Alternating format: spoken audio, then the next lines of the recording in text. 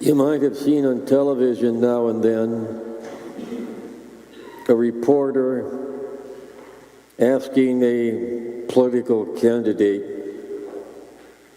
do you believe in creation? Of course, by creation they mean that God created the world in 7 days. Of course, creation doesn't necessarily mean in 7 days. It could be 15 billion years. But if the politician says he believes in creation, then it kind of is assumed that he denies modern science, and his candidacy is in question. Now, in the past, religion and science have had their difficulties in opposing one another.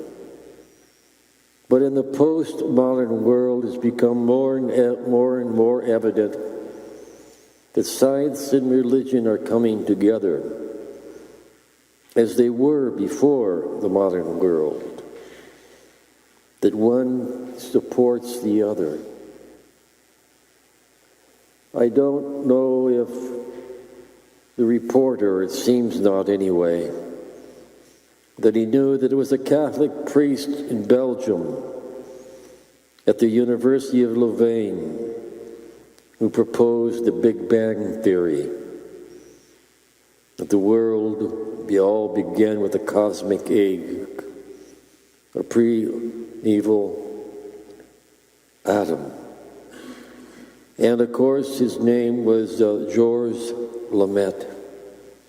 He also went on to give the theory of the expansion of the universe, something that was falsely and widely attributed to Hubble.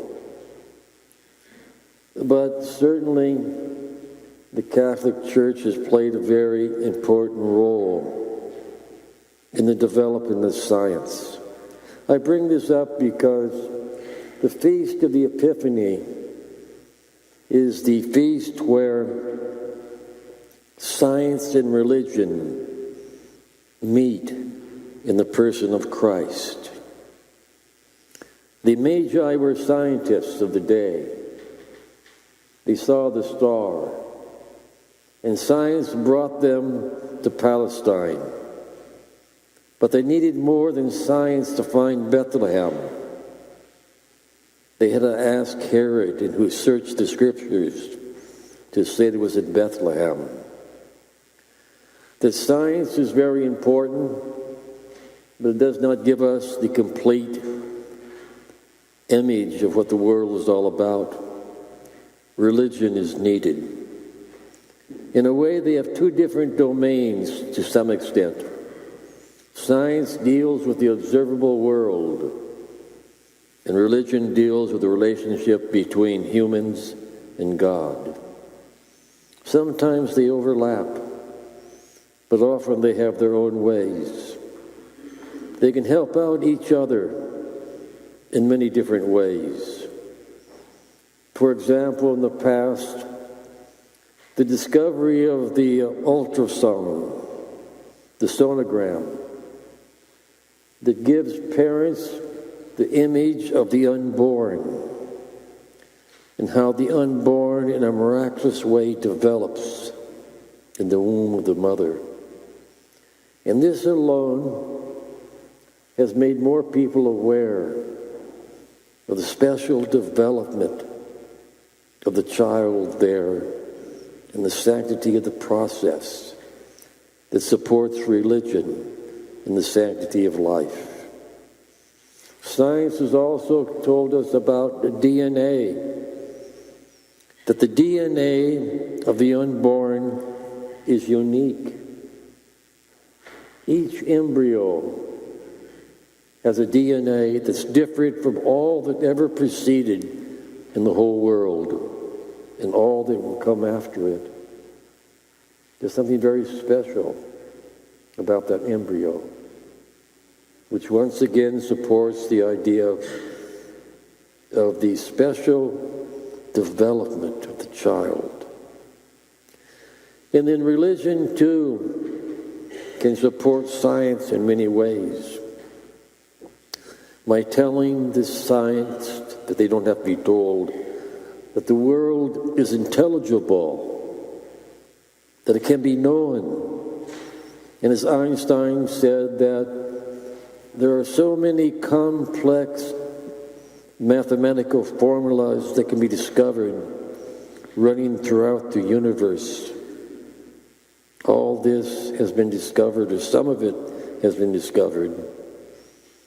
Actually, 95% of the cosmos, they say, is dark matter. Yet it's difficult to see what's there, if not impossible. But science continues to pursue. Science was born in the Catholic world. It was born in the medieval monasteries and the medieval universities. They call it Dark Age. But those medieval monasteries and universities believed in the pursuit of truth, in the spirit of inquiry that led to the development of science. It was academic freedom that the so-called Dark Ages flourished in. Oh, there were bouts about it, about academic freedom then, just as there are today among our universities.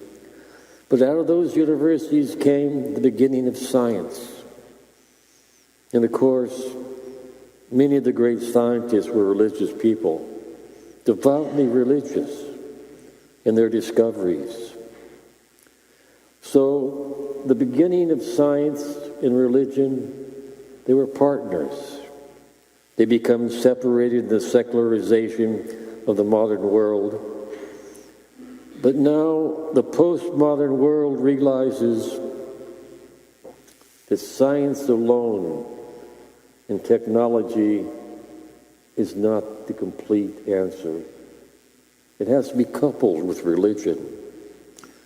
Both science and religion, in the hands of misguided people, have caused a lot of problems. We see all the deaths of the 20th century through scientific warfare in the hands of evil people.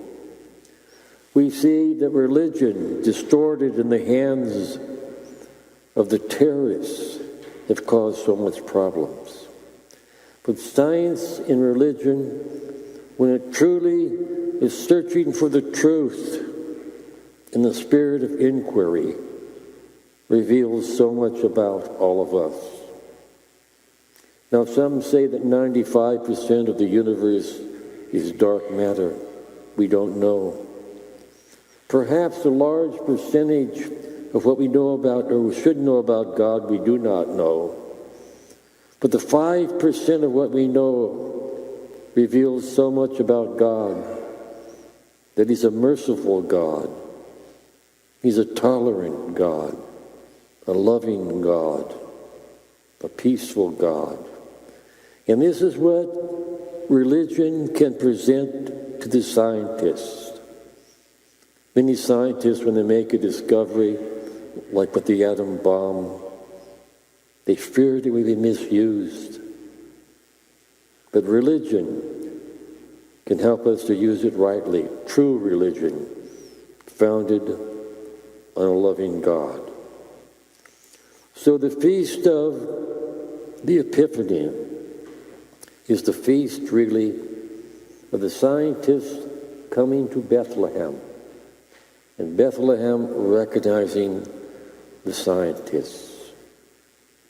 We need both science and religion when it comes to the formation of our consciences. One checks the other. One guides the other. So that in that quest for the truth, in the spirit of inquiry, the sacred person forms a correct conscience and makes a decision.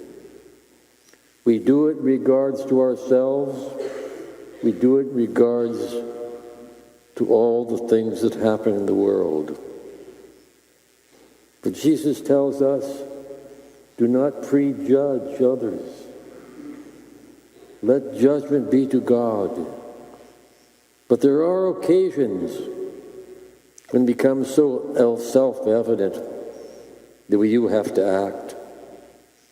When other people are being hurt, when they're being damaged, when they're being destroyed, we are called in our imitation of the mercy of God to come to their aid. Pierre de Chardin, a paleontologist priest, says there's two great lights in the world, the star of science and the star of religion. They come together to tell us what it is all about. Isaiah says in the first reading that a great light will appear, Jesus Christ, and darkness will be uncovered. And the second reading talks about how all people will come to Christ, not just the Jews, but all the Gentiles, all humankind. Christ is indeed the light of the world. He is the light for both the scientist and for the religious person.